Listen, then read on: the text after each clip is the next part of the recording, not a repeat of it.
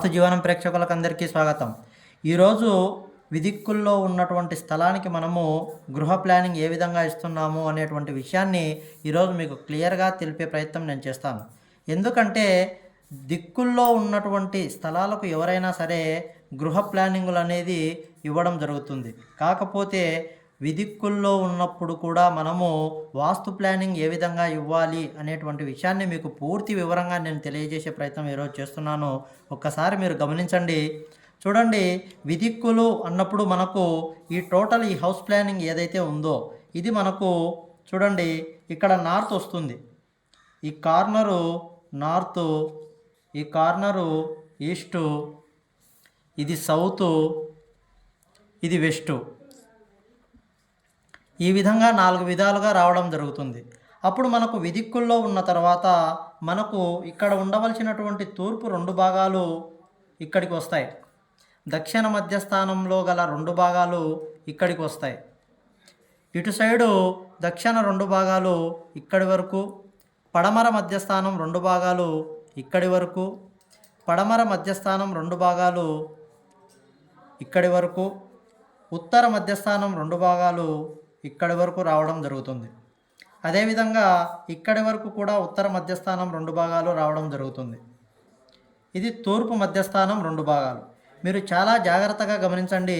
ఇక్కడి నుంచి ఇక్కడికి మనకు ఉన్నటువంటి ఈ భాగం మొత్తం కూడా ఈశాన్యము అవుతుంది. ఈశాన్యం. అదేవిధంగా మనకు ఇది ఆగ్నేయం అవుతుంది. ఆగ్నేయం. ఇది మనకు నైరుతి అవుతుంది. నైరుతి. అదేవిధంగా మనకు ఇది టోటల్ మొత్తం కూడా వాయువ్యం అవుతుంది. చూడండి, ఎప్పుడైనా వీరికి ఉన్నటువంటి రోడ్డు ఏదైతే ఉందో, ముఖ్యంగా మనం ఆలోచన చేసినట్లయితే వారికి ఈశాన్యం రోడ్డు, అంటే వారు ఏదైతే నార్త్ ఉత్తరం అనుకున్నారో అది పూర్తి ఈ భాగం మొత్తం కూడా ఉత్తరం ఉన్నటువంటి ఈ రోడ్డు మొత్తం కూడా ఈశాన్యం రోడ్డు అవుతుంది. ఇది టోటల్ మొత్తం కూడా ఆగ్నేయం అవుతుంది. ఇది నైరుతి అవుతుంది. ఇది వాయువ్యం అవుతుంది. విదిక్కులకు తిరిగిన తర్వాత మనం ముఖ్యంగా గమనించవలసినటువంటి విషయాలు ఈ విధంగా విదిక్కుల్లో ఉన్నటువంటి భాగాలు. ఇప్పుడు చూడండి, మనము ఈ ఇంటికి నేను ఇచ్చినటువంటి గృహ ప్లానింగ్ ఏ విధంగా ఉంది అంటే, ఇక్కడ మనం ఇచ్చినటువంటి షెడ్ బ్యాక్ ఏదైతే ఉందో మీరు గమనించండి. ఈశాన్యాన్ని మనం విడచడం జరిగింది. వీరు జనరల్గా మామూలుగా మనం ఎటువైపు మెట్లు ఇవ్వాలి అనేది వీరికి చాలా కన్ఫ్యూజ్లో ఉండింది. కాకపోతే నేను ఈ విదిక్కులకు తిరిగిన తర్వాత వీరికి ఉన్నటువంటి ఉత్తరం వైపు ఇది టోటల్ మొత్తం కూడా ఈశాన్యమైంది కాబట్టి మనము వారు ఉత్తర వాయువ్యం అని మెట్లు కనుక ఇక్కడ ఇచ్చినట్లయితే ఇది టోటల్ మనకు ఈశాన్యం మెట్లుగా మారి తీవ్రంగా ఖచ్చితంగా ఇది నష్టపరుస్తుంది. కాబట్టి నేను ఈ స్థలానికి విజిట్ చేసినప్పుడు ప్రముఖంగా గమనించినటువంటి విషయాన్ని ఇప్పుడు మీకు తెలియజేస్తున్నాను. ఇది టోటల్ ఈశాన్యమైంది. వారికి రోడ్డు ఈశాన్యపు రోడ్డు మాత్రమే వచ్చింది. వాయువ్యంలో కానీ ఆగ్నేయంలో కానీ నైరుతిలో కానీ వీరికి స్థలం అనేది ఎక్కువగా లేదు. ఎటువైపు కూడా వీరికి రోడ్లు అనేవి లేవు. కాబట్టి మనము ఎటువైపు ఇక్కడ మెట్లు ఇచ్చినట్లయితే, వాయువ్యంలో మెట్లు ఇచ్చినట్లయితే ఇక్కడ షెడ్ బ్యాక్ తీసుకున్నప్పుడు మనకు ఇది ఈశాన్యం రోడ్డుకు ఇటు సైడుగా వచ్చినటువంటి మెట్లు అనేవి పెద్దగా వీరికి అనుకూలంగా ఉండవు. లేదా ఆగ్నేయంలో మెట్లు ఇద్దామన్నా మనం ప్లానింగ్కు అనుకూలంగా, హౌస్ ప్లానింగ్కు అనుకూలంగా ఈ మెట్లు అనేవి మారవు. కాబట్టి మనం అన్ని విధాలుగా ఆలోచన చేసి వారికి డూప్లెక్స్ మెట్లు అయితే కరెక్ట్గా ఉంటాయి. ఇలా విదిక్కులకు తిరిగిన తర్వాత మీకు అనువుగా మారేటువంటి మెట్లు ఏవైతే ఉన్నాయో ఇలా వాయువ్యంలో వచ్చిన తర్వాత వాయువ్యం మధ్యస్థానంలో మెట్లు అనేది ఇవ్వడం జరిగింది. మీరు గమనించండి బాగా. ఇవి డూప్లెక్స్ మెట్లు. వాయువ్యంలో మనము ఈ మొత్తం భాగం కూడా వాయువ్యం అవుతుంది కాబట్టి వాయువ్యంలో మెట్లు ఇవ్వడం జరిగింది. ఇది గ్రౌండ్ ఫ్లోర్ ప్లానింగ్ అవుతుంది. అంటే గ్రౌండ్లో ఇచ్చినటువంటి ఈ భాగం మొత్తం చూడండి, ఇవి డూప్లెక్స్ మెట్లు. ఇది హాలు, ఇది కిచెను, ఇది డైనింగ్ హాలు. ఈ విధంగా గ్రౌండ్లో ఇచ్చాము.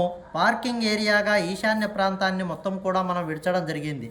తరువాత మనం ఈ విషయాన్ని ప్రముఖంగా జాగ్రత్తగా తీసుకోవాల్సినటువంటి అవసరం ఉంది. ఎందుకంటే ఒక ఇంటికి ఈశాన్యం అనేది ఎప్పుడూ కూడా చాలా ఉపయోగకరంగా ఉంటుంది.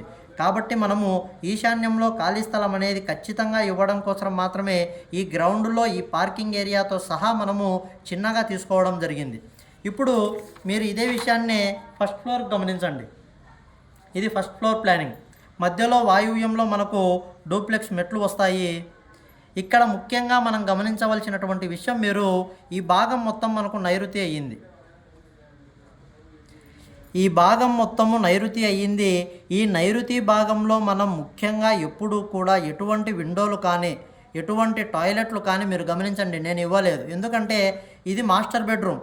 మాస్టర్ బెడ్రూమ్లో ఇటు సైడ్ మనకు ఇచ్చినట్లయితే ఇది నైరుతిలో టాయిలెట్ అవుతుంది. అదేవిధంగా ఇది దక్షిణం అనుకొని దక్షిణ మధ్య స్థానంలో టాయిలెట్ ఇచ్చినట్లయితే ఇది మనకు నైరుతిలో వచ్చినటువంటి టాయిలెట్గా మారుతుంది. అందుకే నేను చెప్పేది, విదిక్కులకు తిరిగినటువంటి గృహాలకు ఎప్పుడూ కూడా మనం ఈ మధ్యస్థానాలకు ఇచ్చేటువంటి టాయిలెట్లు మనకు నైరుతిలో పడ్డాయా లేదా అని 1-2 తూర్లు చెకింగ్ చేసుకోవాలనేది. ఇందుకే నేను ఇచ్చేటువంటి ప్లానింగ్ ఏదైనా సరే ఈ విధంగా అన్ని విధాలుగా చూడడం జరుగుతుంది. అదేవిధంగా మీరు గమనించండి, ఇక్కడ మనకు దక్షిణ మధ్యస్థానం అనేది 2 భాగాలు వస్తుంది. ఇటు సైడ్ దక్షిణ మధ్యస్థానం 2 భాగాలు, ఇటు సైడ్ దక్షిణ మధ్యస్థానం 2 భాగాలు వస్తుంది. అప్పుడు మనం కిచెన్ తీసుకోవడంలో కొంచెం ఆలోచన చేయవలసిన అవసరం ఉంది. ఎందుకంటే ఇది టోటల్ మొత్తం ఆగ్నేయం అవుతుంది. ఆగ్నేయం అవుతుంది కాబట్టి ఈ ఆగ్నేయంలో మనం ఇచ్చేటువంటి కిచెన్ ఎప్పుడు కూడా ఈ కార్నర్కి ఇవ్వవద్దు. మీరు గమనించండి, ఇక్కడ నేను యుటిలిటీ కోసం అంటే స్టోర్ రూమ్గా ఇక్కడ కొంత భాగం తీసుకోవడం జరిగింది. అంటే వంటగదిలోనే ఈ భాగాన్ని మనము కొంచెం విడచడం జరిగింది. ఎందుకు అంటే మీరు గమనించండి, దక్షిణ మధ్యస్థానం ఈ ఇంటికి 2 భాగాలు ఇక్కడి వరకు వచ్చింది కాబట్టి దక్షిణ మధ్యస్థానాన్ని విడిచిపెట్టి మనం ఆగ్నేయంలో కిచెన్ తీసుకోవడానికి అనువుగా ఉండాలని నేను ఆలోచన చేసి ఈ విధంగా తీసుకోవడం జరిగింది. విదిక్కులకు తిరిగిన తర్వాత మనకు దక్షిణ మధ్యస్థానం ఎక్కడి వరకు వచ్చిందని చూసి ఆగ్నేయంలో మనకు కిచెన్ వచ్చే విధంగా తీసుకోవడము ఉత్తమమైనటువంటి మార్గం. కాబట్టి ఈ విషయాన్ని కూడా మనం చాలా జాగ్రత్తగా పరిగణలోకి తీసుకోవాల్సి ఉంటుంది. ఇక్కడ చూడండి, ముఖ్యంగా మనము చిల్డ్రన్ బెడ్రూమ్ ఇక్కడ ఇచ్చినటువంటి ఈ వాయువ్యంలో చిల్డ్రన్ బెడ్రూమ్ కూడా టాయిలెట్ నిర్మాణం మీరు గమనించండి. ఇది కూడా మనం వాయువ్యంలో వచ్చినటువంటి టాయిలెట్. ముఖ్యంగా వాయువ్యంలో మనం టాయిలెట్ రావాలని ఆలోచన చేసి ఈ విధంగా మనం ఇవ్వడం జరిగింది. కాబట్టి మనం దిక్కులకు ఉన్నప్పుడు వాస్తు ప్లానింగ్ ఎవరైనా ఇస్తారు, అందులో ఎలాంటి. ఇక్కడ చూడండి, ఈ కార్నర్ మనం ఏదైతే అంటే కారిడార్గా మనం తీసుకోవడం జరిగిందో ఈ బాల్కనీ ఏరియా కూడా మీరు గమనించండి, ఇక్కడ పిల్లర్ ఇచ్చాను. ఎందుకంటే ఇది ఎల్ షేప్ నిర్మాణం ఎప్పుడూ కూడా ఒక ఇంటికి ఉండవద్దని నేను చెబుతూ ఉంటాను. ఇక్కడ పిల్లర్ తీసుకొని మనం టోటల్ దీనిని స్క్వేర్ మోడల్ ఒక ఆర్చ్ డిజైన్ చేసినట్లయితే టోటల్ స్క్వేర్గా మారి మనకు ఇంటికి మొత్తం కూడా స్క్వేర్ మోడల్ వచ్చిన విధంగా శాస్త్ర ప్రకారం ఉంటుంది అని నేను ఆలోచన చేసి ఈ విధంగా ఇవ్వడం జరిగింది. అదేవిధంగా మనం థర్డ్ ఫ్లోర్ చూసుకోండి, థర్డ్ ఫ్లోర్ ప్లానింగ్ ఈ విధంగా ఉంటుంది. అంటే మనకు 3 బెడ్రూమ్లు, చిల్డ్రన్ బెడ్రూమ్, మాస్టర్ బెడ్రూమ్, ఆగ్నేయంలో మరొక బెడ్రూమ్ తీసుకోవడం జరిగింది. ఆగ్నేయంలో మనం ఎప్పుడైనా సరే బెడ్రూమ్ తీసుకునే ముందర ఎలాంటి టాయిలెట్ నిర్మాణం కూడా ఈ రూమ్లో చేయడానికి నిషిద్ధము. ఎందుకంటే ఇక్కడ తీసుకోవాలనుకుంటే ఇది మనకు నైరుతి అవుతుంది. మరి ఇక్కడ తీసుకోవాలనుకుంటే మనకు ఇక్కడ స్థలం అనేది పెద్దగా ఉండదు. ఆగ్నేయంలో మనము స్థలాభావం చేత ఇక్కడ ఈ రూమ్లో మనం టాయిలెట్ నిర్మాణం అనేది చేపట్టలేదు. కాబట్టి ఈ విషయాన్ని వారికి తెలియజేసి మనకు 3 బెడ్రూములు రావాలి కాబట్టి ఖచ్చితంగా ఇలాంటి ఈ నిర్మాణం అనేది ఖచ్చితంగా మనం తీసుకోవాల్సిన అవసరం ఉంటుంది. కాబట్టి ఇది హాల్ అయ్యింది, ఇవి డూప్లెక్స్ మెట్లు అయ్యాయి. ఖచ్చితంగా వాయువ్యంలో వచ్చినటువంటి మెట్లు మీరు చాలా జాగ్రత్తగా గమనించండి. ఇవి వాయువ్యంలో వచ్చినటువంటి మెట్లుగా మారి మనకు ఈ ఇంటికి మంచి ఫలితాలను ఇస్తుంది. నేను ఎంతో లోతుగా ఇలా విదిక్కులకు నేను ఒక్కటే చెప్తాను, మీ స్థలం ఎన్ని డిగ్రీలకైనా సరే తిరిగి ఉండని, ఎలాంటి సంబంధము లేదు, ఎలాంటి ఇబ్బంది లేదు. కాకపోతే మనం చేసేటువంటి నిర్మాణం ఏదైనా సరే ఇలా విదిక్కులకు అనువుగా ఉందా లేదా, మనకిచ్చేటువంటి ఇది టోటల్ ఈశాన్యమైంది కాబట్టి ఈశాన్య భాగంలో మనం మెట్లు ఇవ్వడం కానీ లేదా మనము టాయిలెట్ నిర్మాణాల కోసం కానీ లేదా సెప్టిక్ ట్యాంక్ గుంతలు కానీ ఏ విధమైనటువంటి అలాంటి తప్పులు మనం ఈశాన్య ప్రాంతంలో చేయవద్దు. ఈ విధంగా అన్ని విధాలుగా మనం జాగ్రత్త తీసుకున్న తర్వాత మాత్రమే ఈ ఇంటి గృహవాస్తు ప్లానింగ్ అనేది ఇవ్వడం జరుగుతుంది. మన స్థలం ఎన్ని డిగ్రీలు తిరిగినా సరే ఈ విధంగా స్థలానికి అనుకూలంగా మనము ఏదైనా ప్లానింగ్ తీసుకున్నట్లయితే అద్భుతంగా యోగిస్తుంది, అద్భుతంగా రాణిస్తుంది అని నేను చెప్పడంలో ఎలాంటి అతిశయోక్తి లేదు. కాబట్టి మీరు నేను ఇచ్చేటువంటి ప్లానింగ్ ఏదైనా సరే ఈ విధంగా వాస్తుకు 100% ఉంటుంది అని మీకు ఖచ్చితంగా తెలుపగలను. కాబట్టి వాస్తుకు అంటే గుడ్డిగా మనం దిక్కులను అనుసరించి మాత్రం ఎట్టి పరిస్థితుల్లో ఇంటి ప్లానింగ్ తీసుకోవద్దు.